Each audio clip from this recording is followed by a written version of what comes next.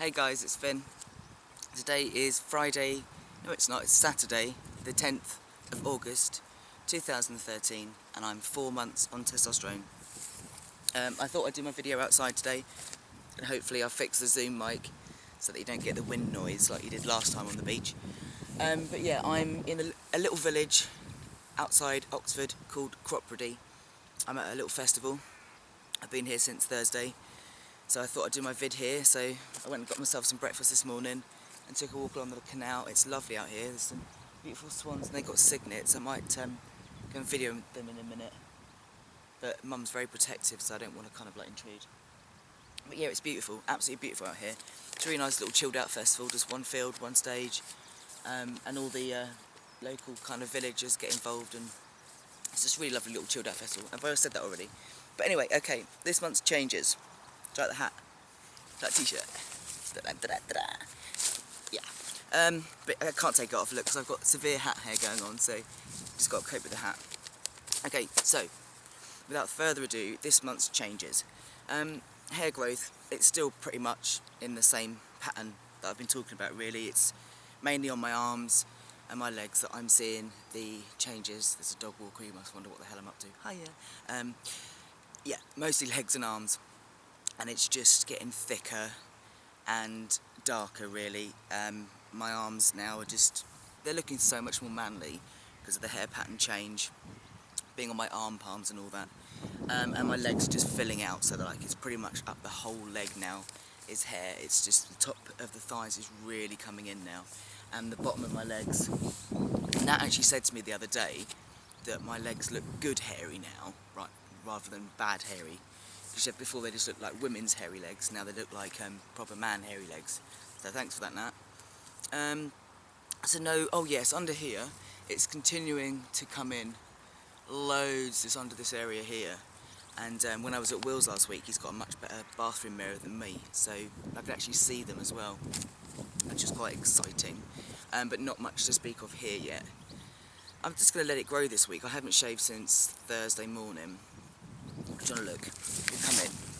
Don't know if you can see it. It's probably crap lighting. Hello, extreme close up. But yeah, just take my word for it. It's definitely coming in more. I reckon within a couple of months I should have a chin strap at this rate. I hope so anyway. I'm really pleased with that. There's no other. Oh, there is. My slightly joyful trail is now turned into a mildly pleased trail. I don't know. Mildly pleased. I can't speak this morning, excuse me. But yes, basically it's coming in a lot more than it was, which is good. So that is new hair. I'm due a jab next Wednesday, so I'm hoping that I'm going to suddenly get a sudden burst of hair growth, which would be good. Excuse me. Voice change. Yeah, it's still deepening. It's 8:30 in the morning, so this is like first thing in the morning voice, and I haven't really spoken much for a couple of days apart from sing, so it's really deep, and I love it when it's like this. It's really constant and creamy, as a friend calls it. I love that, a really creamy voice, love it. But I've had a lot of problems the last couple of weeks with having a really dry throat again, and with it being just really squeaky. It's funny, I'll go through a couple of days where it's like this, it's really constant and rumbly and creamy and great. And then I'll have days where I sound like Alan Carr. Nat was just laughing at me the other day because no matter what I did, I was just like really squeaking and just like, yeah, bizarre. It sounds like I'm on helium. So yes, I'm loving the voice, loving it. My skin, it's not been too bad, although at the moment it's starting to flare up. I'm starting to get not just spots, but just like really deep, big things that I can't get rid of.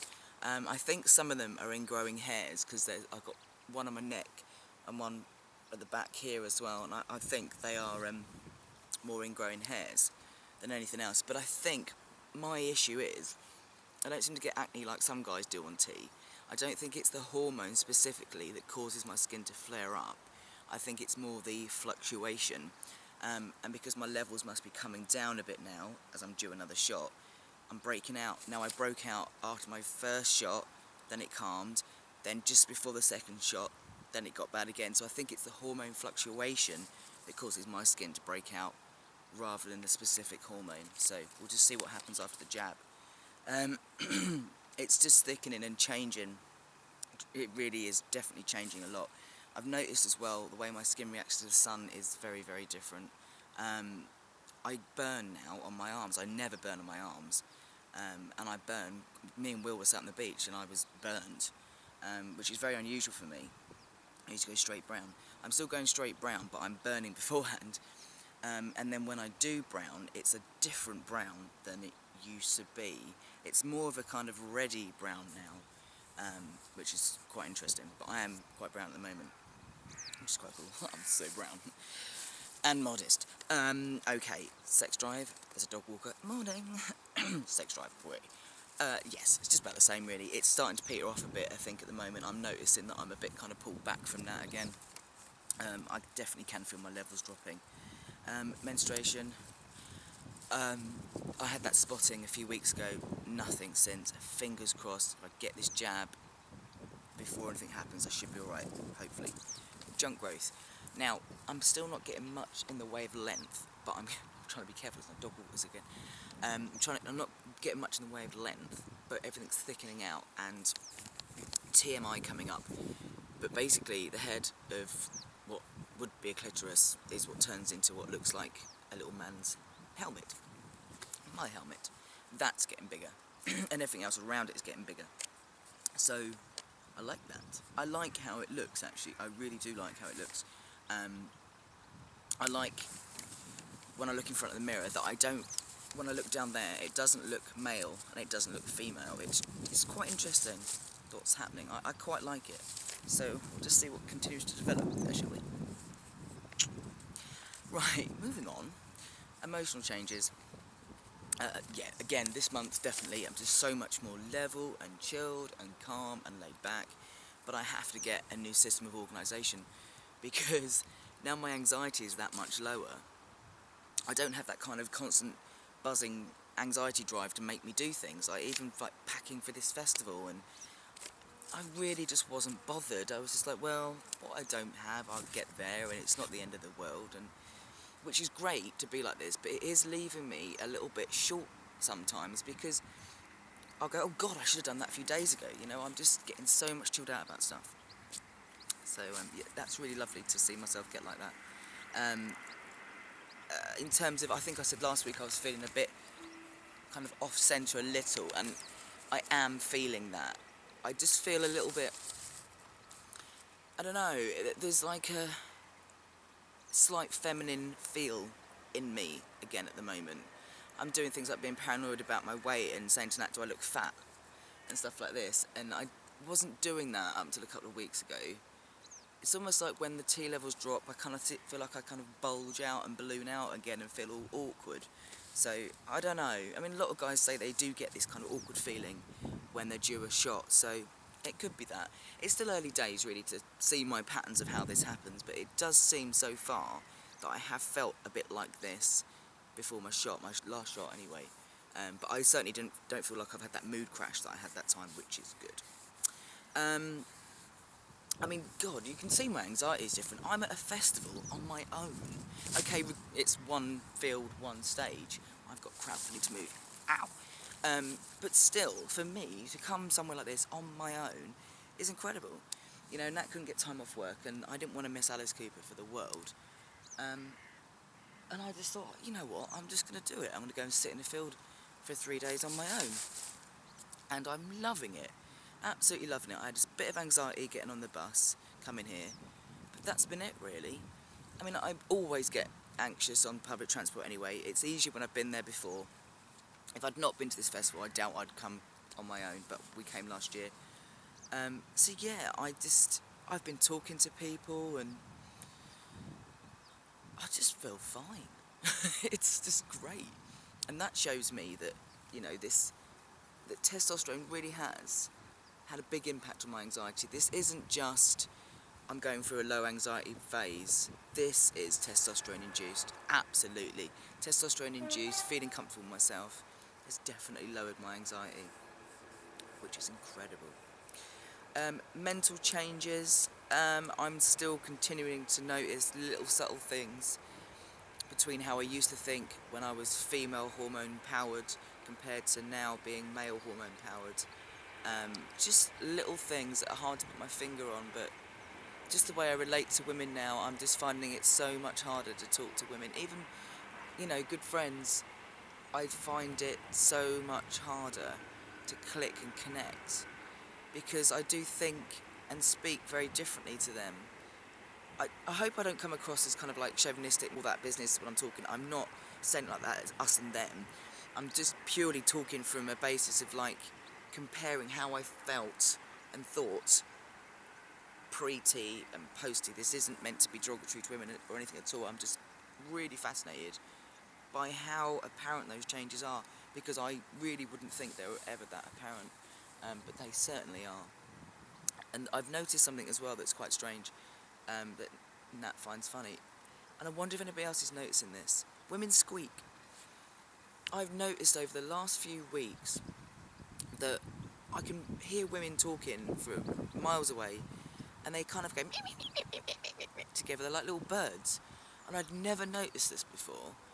Now, I wonder if it's because my voice has lowered that I'm kind of recognising similar pitches in men, so that now women's voices sound that much dramatically different to me. Because even when Nat talks, she's just like, and it just sounds like she's nagging because it goes all squeaky, and I don't mean it like that, but, and again, I'm not saying this in a bad way, but does anyone out there know what I mean? I'm just really noticing women's voices now as being so different. I find that quite odd. Yeah, I don't know how to explain that really. Body changes, amazing this month. I've started doing weights again. This is the first time I've been lifting weights since the beginning of the year. I stopped doing the gym, so I'm doing stuff at home now, and I've been doing it for a month. And I'm going to get my guns out as anyone looking, because I'm a right poser. But look, I mean, it really is starting to happen for me. I'm actually starting to properly gain. It looks a bit rubbish this morning. In just a month, and I haven't been doing it that often. Once or twice a week I've been lifting at home, and I'm really seeing the difference already, and that's amazing, because I found exercise so hard. Because when my body was getting fit, it was getting fit into a woman's shape, and now it's getting fit and it's getting into a man's shape, and I love that. That's really, really good. And yeah, it's feeling good to actually see my body begin to start shaping like a man. I'm having a bit of a battle with the weight at the moment. I'm not overweight, but I'm just carrying a little bit around my gut. I'm trying to shift it. And I'm dreadful. I stick to the scales, and I shouldn't do, because scales are not a good measure of your health, really. Measurements are better, and so I do measuring tape. But I think at the moment, because my body's changing and it's early days still, it's quite hard to kind of really tell if my healthy exercise and diet is working, because I'm slimming down, but it's also moving around. So I don't know, but this month I've eaten really well and exercised really well, so I'm just going to keep that up, and I'm sure every few months it'll all pay off as things level out. But yeah, I'm losing my hips, I most definitely am, and just kind of coming out the front, which is quite a pain, but it will sort itself out, I think. At the moment I'm 10.6, so I've put on about 7 pounds since I started on tea. But again, that could be muscle. As I say, the scales are not really a good judge. I know that, but, former anorexic, I can't help it. I just must throw my scales away. Dysphoria feelings. Well, generally, I feel so much better in terms of my presentation, because I'm being read much more consistently as the man that I am. When I got off the train in Banbury, I stood in the queue waiting for the Crockbridge bus, and this chap said I could move down and take his place because he was moving over, and he spoke to his friend and said, "Oh, let this young lad through," and it was just lovely. And then I got here and I've had "Can I help you, sir?" and "Good man," and all this kind of thing, and it's just really amazing. I can't tell you how good it feels to be read correctly. It's just such a blessing, and it makes such a difference, to confidence levels. Yeah, so that's been really lovely. In terms of other dysphoria, I've got extreme chest dysphoria at the moment. It's driving me absolutely nuts. I think because my muscle is changing. I've got more muscle here. My binder is really cutting in, and it's really painful. So that's not helping at the moment. It doesn't help that I'm outdoors a lot and camping, and trying to put on a friggin' binder in a friggin' tent is like trying to have a wrestle in a sack with a couple of kittens. It's really not good at all. And I think also because I know that top surgery is not that far away, I just want it now. It's like when I first came out, and all of a sudden all the feelings of feeling not right in myself kind of got worse. It was because I knew that I could actually do something about them, and I think once I know I can do something about them, you can't kind of control them feelings anymore, and they just kind of spill out. It's quite strange. So yeah, in general, in terms of myself, feeling comfortable with myself, feeling comfortable as the man I am, being seen as the man I am, it's really helping my dysphoria and really helping my confidence. And I think top surgery is just going to really add to that, because in terms of my kind of lower area, apart from being wanting to stand to pee naturally, I'm actually really loving what's down there, and having the peacock so I can stand to pee, and the peacock really does feel like it's part of me. That does help that, and I don't really have lower dysphoria, to be honest, at all at the moment. I will do a catch up on the peacock. I know I keep saying this, but a few guys, oh hello birdie, a few guys have asked me about how I'm getting on with it, and I really should do a catch up, and I will do a catch up, I promise. So yeah, that's this month's rambling catch up, really. It's just all good. It's all good in the hood. Life just is amazing, and I'm only 4 months in, and I just keep thinking, if this is how I feel at 4 months, when I'm still in that early awkward teenage phase, it's just gonna get bloody amazingly better, isn't it? It's just, yeah, it's funny, isn't it? We all go through things where it just feels like it's the end of the world and nothing's ever going to improve, and then you're here. And to keep remembering this whenever things get bad, that it's going to be alright. Because if I'd known a few years ago that it was possible to be this happy, this settled, wow, birds, sorry. Yeah, if I'd have known, you know, it'd been possible to be this happy, then I would have been a lot more patient and waiting for it to happen. But there you go. Anyway, I'm going to stop waffling. Oh, one thing before I go. I want to say thank you to everybody on behalf of my mum for all your wonderful comments to our last video together. It was just such a lovely thing to do with my mum. I worried about putting it on YouTube because I know a lot of people don't have the same kind of luck with parents. I know a lot of guys fall out with families, lose families, and it just breaks my heart. I just wanted to put it out there to give a bit of hope, really, because me and Mum, we haven't always been close, and we've got a lot closer during transition, and I'm really grateful for that. But also hoping that other parents might see it as well, because Mum, just the way Mum put it is just so right. You know, it's just love. If you love your kid, then it doesn't really matter what they do, does it? So yeah, I'm really glad that was so well received, and Mum doesn't get online, but she wanted me to say thank you to everybody for all the amazing comments, and she's glad it helped. So yeah, right, I'm going to leave it there. I'm going to go back and do some serious dancing and milling about the field saying hello to new people. Good timing because it's a dog kennel. Take care of yourselves, everybody. See you next week. Bye bye.